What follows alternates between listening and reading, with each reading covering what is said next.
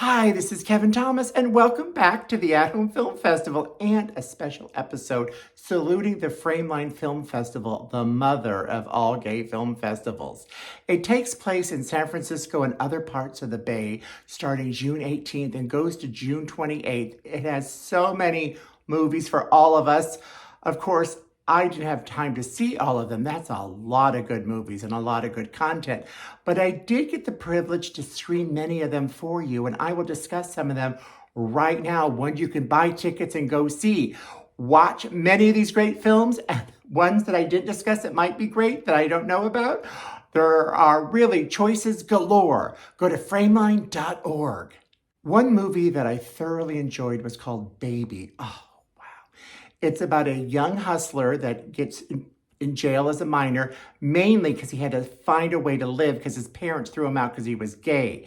He meets an older gentleman, well, he's still younger to me, who kind of shows him the ropes on how to hustle, and they do a lot of stuff together because it is easy to make money out there on the streets, I'm sorry to say, but when you're young and beautiful, that could happen, but it shows more about a great developing relationship. It does show almost a real side to what this life could be like. I really felt so much for these characters, and I value this movie so much, and you will love it too. Another movie that caught me off guard in a surprising way is Sauna. So of course I watched it because it takes place in a sauna. Who doesn't want to see hot men in towels or less? I certainly don't mind, but it tells a terrific story of a young sauna worker who we actually get to see the gritty parts of him cleaning up after other men have been there.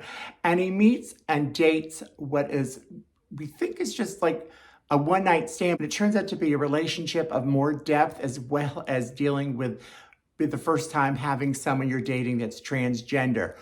Really terrific film, more to it than just a sauna, I promise you that.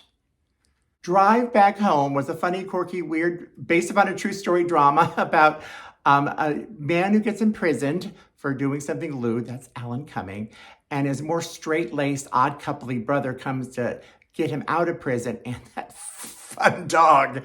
And it's really kind of a road trip, but along the way, in discussions they have and flashbacks we see that there's more to their life than just being at odds with each other for different lifestyles, full of depth and heart, and you will remember this for quite a long time. I think this is one of Alan Cumming's best performances.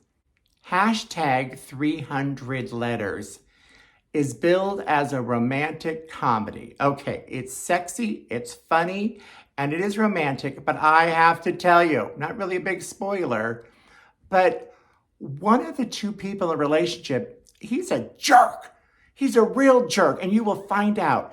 Now, this movie will make you stick with it to find out why he's such a jerk when you go through his 300 letters that he wrote to his partner. Really, really, really good movie, but it's not so comedy as more as it's real. Oh, it's so good.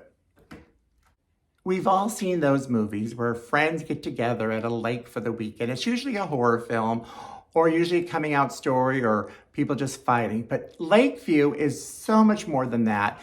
We do have friends gathering, but they really bond in different ways, and we find out resentment that's built up over the years, and they talk to each other like in a real way and not just as a script where they're reading lines. I feel all these characters mean everything they say and say what they mean.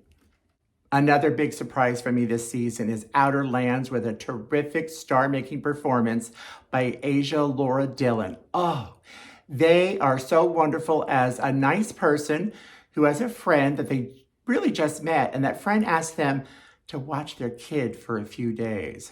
Okay, well, we all know where that's going, but they did not know. They try so hard to make the kid feel welcome, and at the same time, they got to figure out what they need to do about their own life and the life of a child that may never, ever see her mother. Wow, what a good film. Good, good, good. Oh, good. Well, that's our show of the week. I hope you share and subscribe and meet me at the various theaters showing these wonderful films. There are more great films that I haven't talked about because I haven't seen them, and some of them I can't see until we're live. In fact, maybe that's the subject for next week's episode. Come back and find out. Thanks so much. Bye-bye.